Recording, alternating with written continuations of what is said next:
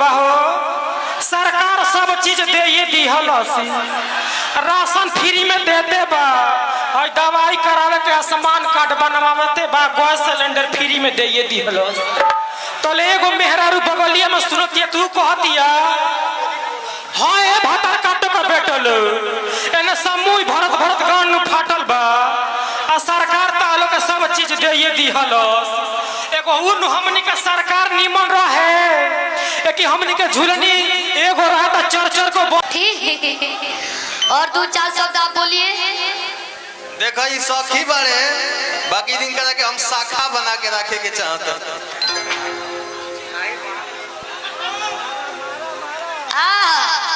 लेकिन का नहीं फिर हो अब स्टाइल बदल जाइए। शादी हो गई बा, दूगो लड़का बड़ा सा। हमारा हाइट हमारा तो बड़ा नहीं बड़े पर सुनील भैया के लीजिए माइक लीजिए ना बोले के। हेलो का हाल बा? ठीक बा? लमटेम छाप खेसारी भैया, खेसारी भैया। चलिए बड़ा अच्छा लगा था जमनी के छपरा में आके आज रोरी घर के बेटा भाई भतीजा। सुनील भाई ये अशोक कुशवाहा जी जो आपके गांव के बगल के हैं, बड़े नेता हैं, हमारे पीछे बैठे हैं, उनके तरफ से, और जयप्रकाश अंचल विधायक जी जो आगे बैठे हैं, इनके तरफ से ढेर सारा सम्मान मिला है। बहुत बहुत धन्यवाद। अपना चालू करें आप सुनील भाई।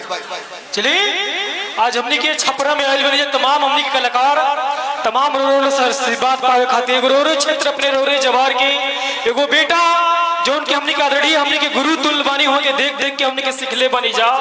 खेसारी भैया के आज हमने के विजेता बनाओ अपना छपरा से, अब बहुत ही आज अच्छा लगता। मगर हम तक कॉमेडी से हमरा के सभी लोग जाने ला। आज तमाम हमने के माता बहन बेटी सभी आई वालों सबके एक बार मंच के माध्यम से एक बार गोड़ चुके गोड़ लगत तनी ताली बजा के हमने का आशीर्वाद दे दी। आई कबो कबो हमने के घर में हमने के जवार में देखी हमार परिवार है खड़ा बैठल बा। आजकल मेहरारू बतियाओ तरी से गांव में विजय भैया कवन चीज का दुख बा हो। सरकार सब चीज दे ये दी हलसी, राशन फ्री में देते बा, और दवाई करावे के आयुष्मान कार्ड बनवाते बा, गैस सिलेंडर फ्री में दे ये दी हलस। तो एगो मेहरारू बगलिया में सुनतिया तू कहतिया हाँ ए भातर काट के बैठल एने समूह भरत भरत गान फाटल बा, आ सरकार तालो के सब चीज दे ये दी हलस। एगो उन हमनी के सरकार निमन रहे कि हमनी के झुलनी एगो रहता चर को बन जा, मगर ऐसा हमनी के युग में एगो ऐसा सरकार आयल कि निमनो झुलनी न किया बनियन के घरे बांधे धरा गई। तो हमनी के वहू पर वीडियो बना के डाल ली जाओ जौन की बहुत अच्छा लगल। आई कबो कबो हमने के घर में हमने के परिवार में यो होला कि जब कोनो मेहरारू जब देखे ली से दूसरा मेहरारू के आजकल कहत ऐसा काकी असक्य करा के वोट दिया जी तू कहिए बचत नहीं का करी 15 साल से ओटवा देखता हम देखते बानी। ओटवा जब लेबे का रहता तो लगता लोग कहे माई गोल लगतनी, भौजी गोल लगतनी, काकी गोल लगतनी, आ तू कहाँ बिला जाता लो 5 साल, आ जब 4 साल तू कहाँ घूम हो जाता लो 5वां साल बेंगवा जगह पीआर का निकले लो संगे ऊपर आ जाता लो, आ तब लोग लगता गोल लगे।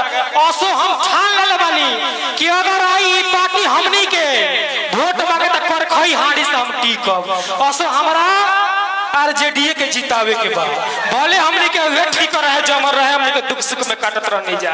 चलिए बड़ा अच्छा लगा हमने के लालटेन छाप पे वोट देके 2 नंबर पे शत्रुघ्न यादव उर्फ खेसारी लाल यादव जी के विजय बनावे के बाद चलिए ताली बजा के हमने का आशीर्वाद दे दीजिए। टेंट वाला